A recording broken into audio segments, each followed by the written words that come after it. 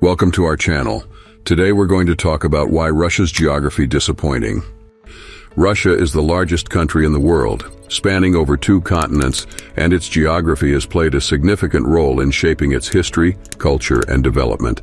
Despite its vast size and resources, Russia's unique geography has posed many challenges for its people, economy, and military. In this video, we will explore the geography of Russia and why it sucks in many ways. Russia is located in northern Eurasia, spanning over 2 continents, Europe and Asia. It is the largest country in the world, covering an area of over 17 million square kilometers.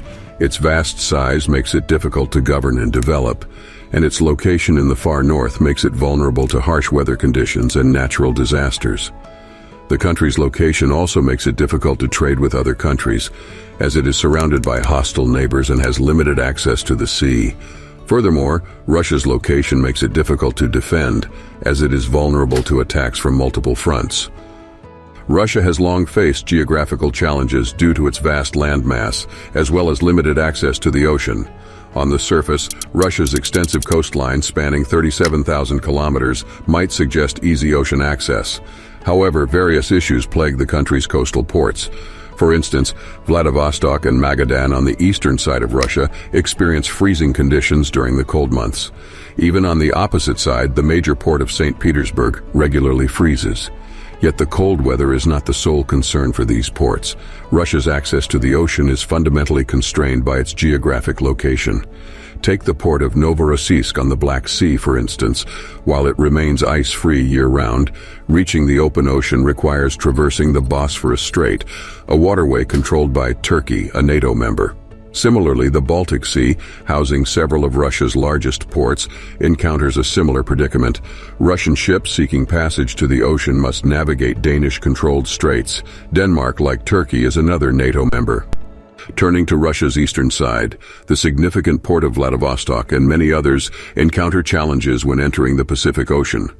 To reach the open ocean, ships departing from ports like Vladivostok must navigate the Sea of Japan, a body of water controlled by Japan, as the name suggests. Furthermore, although Japan is not a NATO member, it remains a strong ally of the United States. It becomes evident that a pattern emerges. This situation poses a significant problem for Russia, as its access to the ocean would be severely restricted by NATO member countries if the Russian government ever contemplated attacking a NATO nation. NATO could block Russia's access to the ocean through these choke points. Such a blockade would greatly impede Russia's international trade capabilities. While Russia still retains access to the Arctic Ocean and its surrounding ports, as mentioned earlier with Vladivostok and Magadan, the extreme cold temperatures in that region present challenges. The only exception is the port of Murmansk, which manages to remain ice-free year-round despite its location in the Arctic Circle. One might assume that Murmansk, having ocean access, could easily engage in trade with other countries regardless of NATO's actions. However, this assumption is far from the truth. Ships departing from Murmansk face the same obstacle of entering the ocean. The only viable routes for ships from this port to reach the open ocean are either passing between the UK and France, navigating between the UK and Iceland, or traversing the Bering Strait, which separates Russia and Alaska.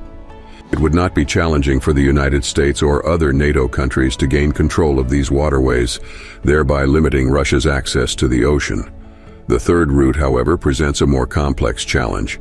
This route traverses a region known as the Geopolitics Gap, formerly named the Greenland-Iceland United Kingdom Gap. NATO heavily monitors this area, deploying a network of radar stations and intelligence-gathering assets to oversee activities in the region. The extensive surveillance in this oceanic zone makes it exceedingly difficult for unauthorized ships, such as those from Russia, to pass through undetected. The issue of Russia's restricted ocean access has significantly impacted its global power. However, let us now shift focus away from potential external threats. Russia's climate and terrain are also major challenges for its people and economy. The country's vast size means that it experiences a wide range of climates, from Arctic tundras in the north to temperate forests in the south. These harsh weather conditions make agriculture and infrastructure development difficult and limit the amount of arable land available for farming.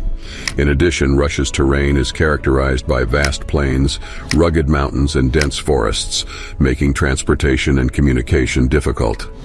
These challenges have hindered Russia's economic growth and development and have made it difficult for its people to access basic necessities like food and healthcare. Also, a special thanks to Envato Elements. With the subscription to Envato Elements, you get access to over 56 million assets. While it's nice to create things from scratch, I usually never have the time to do this.